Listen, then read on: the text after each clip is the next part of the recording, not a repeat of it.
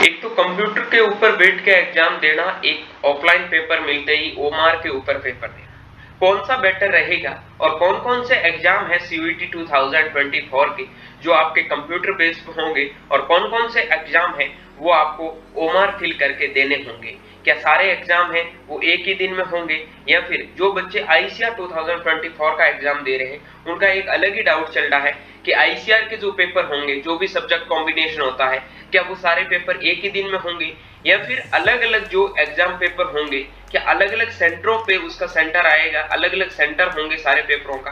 तो बहुत सारे बच्चों के माइंड में क्वेश्चन चल रहे हैं, उनके ऊपर डिस्कस करेंगे। सबसे पहले हम जानेंगे कि आपका कौन सा पेपर है वो ओएमआर बेस पे होगा, और कौन सा पेपर है वो आपका कंप्यूटर बेस पे होगा। ठीक है, ओएमआर बेस पे होगा तो क्या क्या आपको एडवांटेज मिल सकते हैं, क्या आपको फायदे मिलेंगे, और सीबीटी बेस में होगा तो क्या आपको फायदे मिलेंगे, क्या कट ऑफ पर असर पड़ेगा, क्या नॉर्मलाइजेशन का प्रोसेस होगा या नहीं होगा, ये सारी चीजें आईसीआर में क्या कट ऑफ इस बार जाने वाला है इस वीडियो में डिस्कस करेंगे। वीडियो अच्छे से देखना, कोई भी डाउट है, प्रॉब्लम है तो कमेंट बॉक्स में जरूर कमेंट करना, मैं उससे रिलेटेड भी एक वीडियो बनाकर आपके सारे डाउट्स है वो क्लियर कर दूंगा। आई होप कि आप कंटिन्यू हमारे साथ में जुड़े हैं, हर चीज आपको समझ में आ रही होगी।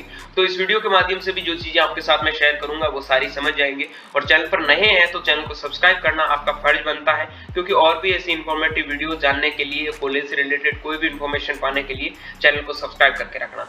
अब हम सबसे पहले बात करते हैं कि कौन सा पेपर होगा वो आपका ओएमआर बेस पे होगा। ठीक है, तो उसके बारे में पहले डिस्कस कर लेते हैं कि आपके कौन कौन से पेपर है वो ओएमआर बेस पे होंगे।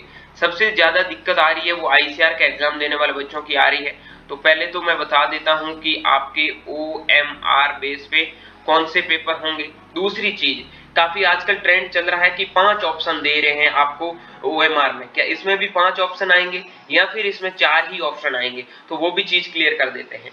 सबसे पहले मैं आपको बता देता हूं कि आपके 15 तारीख को, 16 तारीख को, 17 तारीख को और 18 तारीख को ये जितने भी जो पेपर होंगे ये सारे के सारे किसके बेस पे होंगे? ओएमआर बेस पे पेपर होंगे, जिसमें आपका सबसे पहला सब्जेक्ट आता है और सबसे पहला पेपर होता है वो होगा केमिस्ट्री का। उसके ये केमिस्ट्री का पेपर आपका 10 बजे से 11 बजे तक है, 60 मिनट का टाइम देगा क्योंकि स्टार्टिंग है आपका। ठीक है, उसके बाद में आप देख सकते हैं आपको थोड़ा गैप मिलेगा 11 बजे से 12 बजे तक। 11 बजे तक आपका पेपर हो जाएगा, 11 से 12:15 तक आपका बीच में गैप रहेगा। ठीक है, शिफ्ट ब्रेक होगा। उसके बाद में आपका बायोलॉजी का पेपर होगा, शिफ्ट फर्स्ट बी में बायोलॉजी का पेपर होगा, वो उसी सेंटर पे होगा।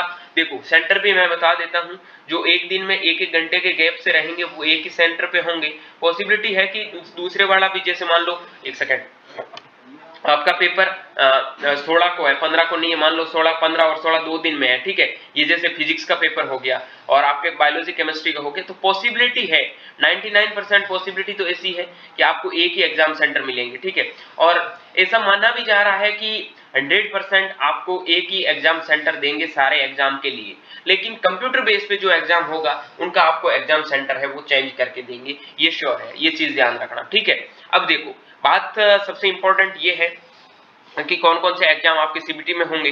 तो आईसीआर के जो बच्चे एग्जाम दे रहे हैं उनके एग्रीकल्चर के अलावा सारे के सारे पेपर है वो किसके बेस पे होंगे?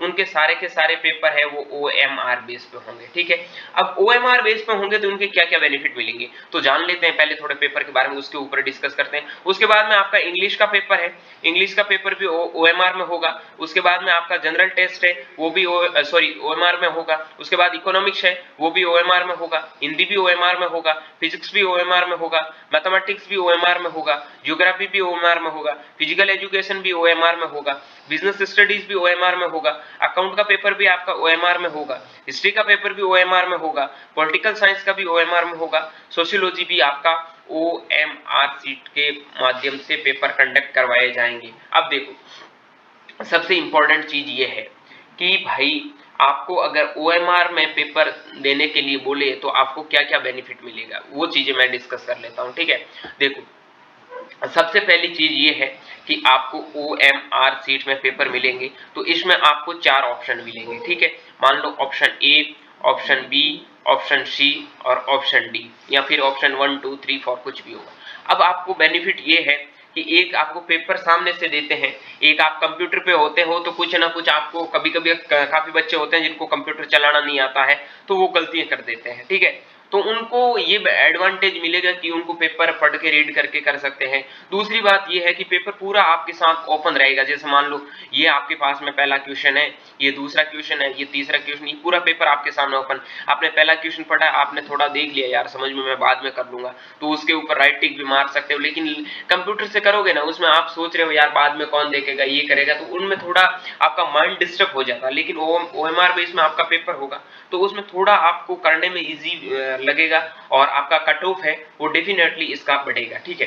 लास्ट ईयर मान लो आपको 150 पे बायो में बच्चे सेलेक्ट हो रहे थे, तो इस बार मानो 170, 180 तक भी जा सकता है। ये मैं मतलब एक एग्जांपल के रूप में बता रहा हूँ, ठीक है? क्योंकि कट ऑफ ऑब्वियसली बात है यार सीधा बढ़ेगा, ओएमआर बेस पे पेपर आएगा। और रही बात पेपर के लेवल की, तो सारों का पेपर एक ही पेपर बनेगा, एक पेपर बनेगा। इसका मतलब ये है कि पेपर का इस बार लेवल है, लेवल भी बहुत हाई लेवल का पेपर आएगा, अच्छे लेवल का पेपर आएगा, ऐसा नहीं लल्लू पेपर आ जाए।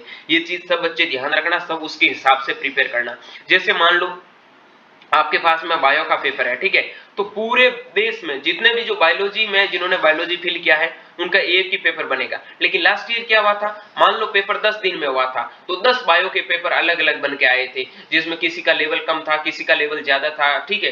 तो उनकी वजह से बच्चों को प्रॉब्लम हुई थी। उसके बाद में क्या हुआ था, नॉर्मलाइजेशन हुआ था। लेकिन इस बार आपका नॉर्मलाइजेशन नहीं होगा, क्योंकि सारे के सारे पेपर है वो एक ही दिन में होंगे। काफी बार पिछली बार क्या हुआ था, आपने देखा था आईसीआर के मतलब एग्जाम में जो बच्चे एबीसी ग्रुप से थे, उनका सिलेक्शन है वो 470 नंबर पे। मैं एक एग्जांपल से सही रैंक बता रहा हूं कि उनका 470 नंबर आए ना, तो उनकी रैंक बन रही थी ऑल इंडिया 800 के समथिंग, ठीक है, आईसीआर में। और जो बच्चे पीसीबी ग्रुप से थे ना, जिनके नंबर 420 आए थे ना, उनका भी रैंक 800 के समथिंग बन रहा था, ठीक है। और जो बच्चे पीसीएम ग्रुप से थे ना, फिजिक्स केमिस्ट्री मैथ से, उनके 400 नंबर पे भी ये रैंक आपका 1000 के अंडर में बन रहा था। तो ये क्या कारण था, ये था आपका नॉर्मलाइजेशन, ठीक है। तो इस बार आपका नॉर्मलाइजेशन का प्रोसेस पहले ही खत्म कर दिया है। क्यों खत्म कर दिया, क्योंकि सारे पेपर एक ही दिन में होते हैं। जब सारे पेपर एक दिन में होते, अब आप ऐसे सोच लोगे कि सारे पेपर एक दिन में, उसका मतलब नहीं। एक मेन सब्जेक्ट का पेपर है, सारे बच्चे एक ही साथ दे रहे हैं, तो उनमें नॉर्मलाइजेशन नहीं होता। बाकी एक एक सब्जेक्ट का अलग अलग दिन में पेपर हो, वो कोई फर्क नहीं पड़ता, ठीक है। वैसे तो आपका पेपर है वो आपका बायोलॉजी का, केमिस्ट्री का, फिजिक्स का, वो आपका 15 और 16 को हो जाएंगे। उसके बाद में मैथ आपको 18 को मिल जाएंगे, एग्रीकल्चर आपको 21 को मिलेगा। तो उससे नॉर्मलाइजेशन नहीं होता है। नॉर्मलाइजेशन एक ही दिन में अलग अलग पेपर होते हैं ना, उससे नॉर्मलाइजेशन होता है। कि जैसे मान लो सॉरी अलग अलग दिन में एक ही पेपर होता है। जैसे मान लो 16 को ही बायो है, 17 को भी बायो है, 18 को भी बायो है, तो तीनों में बायो है। कुछ बच्चों ने बायो 16 को दिया, कुछ ने 17 को दिया, कुछ ने 18 को दिया। 16 वालों का लेवल बहुत ज्यादा था, 18 वालों का लेवल बहुत कम था, 17 वालों का मीडियम लेवल था। तो उनमें क्या करते हैं, सारे बच्चों को इक्वल करने के लिए क्या करते हैं, नॉर्मलाइजेशन का प्रोसेस करते हैं। तो नॉर्मलाइजेशन उसी टाइम फॉलो होता है। ये सब बच्चों को ध्यान रखनी है, एक बहुत इंपॉर्टेंट चीज है, ठीक है। अब देखो हम चलते हैं सीबीटी बेस, जिसका एग्जाम कंप्यूटर बेस पे होगा। और भी बहुत सारी चीजें, 15 मिनट का वीडियो है जिसमें एग्जाम से रिलेटेड हर इंफॉर्मेशन आपकी क्लियर कर दी जाएगी। अब रही बात कि आपका सीबीटी का मतलब होता है कंप्यूटर बेस्ड टेस्ट, ठीक है। तो 21 तारीख, 22 तारीख और 24 तारीख 3 दिन पेपर चलेगा, ठीक है। सबसे इंपॉर्टेंट चीज जो बच्चे आईसीआर की तैयारी कर रहे हैं उनके लिए है एग्रीकल्चर। एग्रीकल्चर का पेपर आपको 21 तारीख को होगा और सीबीटी बेस पे होगा। मैंने एक चीज पहले बताई थी, कल के वीडियो में भी बताई थी, कि जिन एग्जाम में 1 लाख से कम बच्चे बैठेंगे वो आपका कंप्यूटर में होगा। यहाँ 21 तारीख के 21, 22 और 24 को जो भी एग्जाम हो रहे हैं ना, इसमें बच्चे हैं हर एग्जाम में 1 लाख से कम बैठे हैं, ठीक है।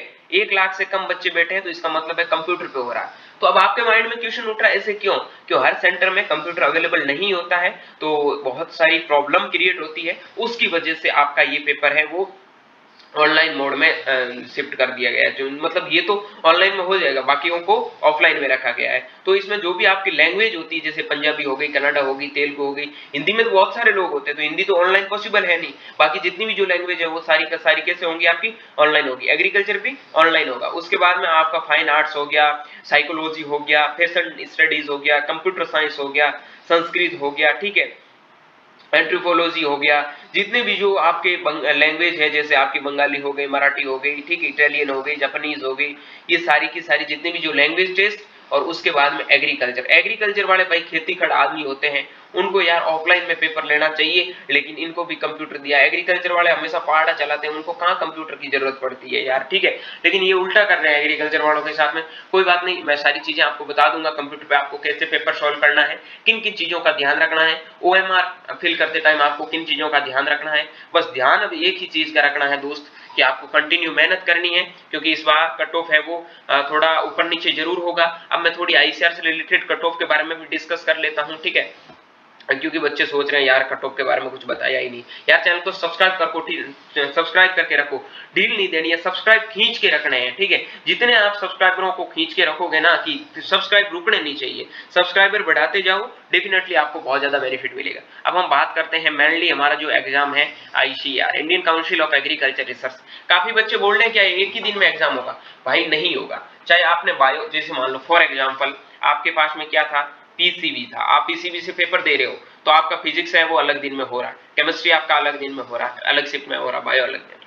तो ये कोई मतलब नहीं है कि आप आईसीआर का दे रहे हो तो एक ही टाइम में तीनों पेपर होंगे, जैसे आपको 10 बजे बिठा दिया और आपका 12 बजे तक पेपर चलेगा क्योंकि आप आईसीआर का दे हो, उनको कोई मतलब नहीं है। अब आईसीआर आपको कैसे आपने फिल किया है, ठीक है, आपने बायो का पेपर दिया, फिजिक्स का पेपर दिया, ठीक है, आपने पेपर केमिस्ट्री का दिया, तीनों के मार्क्स है, इनमें से 200 में से कितने आए, इसमें 200 में से कितने आए, इनमें से 200 में से, मान लो 200 में से 150 इसमें आए, 150 भी इसमें आए, 150 भी इसमें आए, टोटल मार्क्स कितने हो गए आपके? 450 मार्क्स हो गए, ठीक है।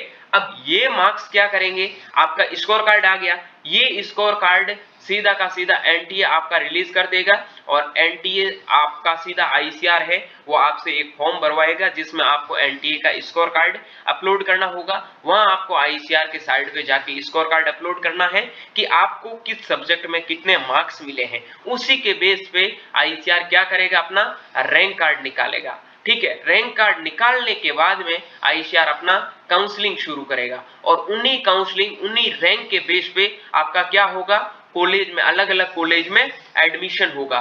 ये सब बच्चों को चीज ध्यान रखनी है। अब एग्रीकल्चर का पेपर आपका ऑनलाइन हो रहा है, कोई दिक्कत नहीं, आपने एग्रीकल्चर का पेपर दिया है, आपने फिजिक्स और केमिस्ट्री पहले दे दिया। काफी बच्चे होते हैं जिसमें बायो और केमिस्ट्री पहले देते हैं, ठीक है, बायो और केमिस्ट्री आपने पेपर पहले दे दिया, तो उनका मार्क्स रिजल्ट साथ में आएगा, रिजल्ट सब बच्चों का साथ में आएगा, ठीक है।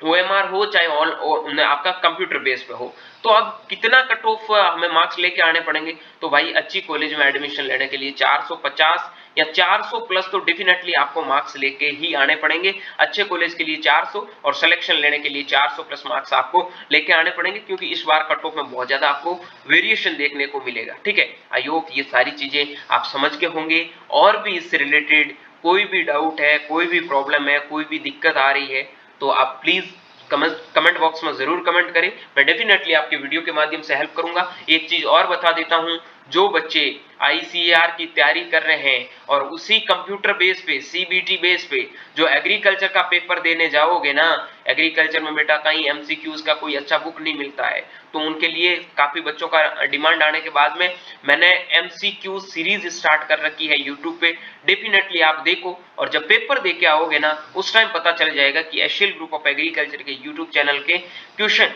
जो आपके एग्रीकल्चर के पेपर में कितने आएंगे। अगर आपको बायो, केमिस्ट्री, फिजिक्स की भी नीड होगी तो आप कमेंट बॉक्स में कमेंट कर सकते हैं, डेफिनेटली आई विल ट्राई कि आपको सारे एमसीक्यूज है वो सीयूईटी बेस पे प्रोवाइड करवाएं, ठीक है। मिलते हैं जल्दी एक नए सेशन में, नई क्लास के साथ, नए लेक्चर के साथ में। तब तक के लिए स्वस्थ रहे, मस्त रहे, देखते रहिए एशियल ग्रुप ऑफ एग्रीकल्चर का YouTube channel. Thank you very much.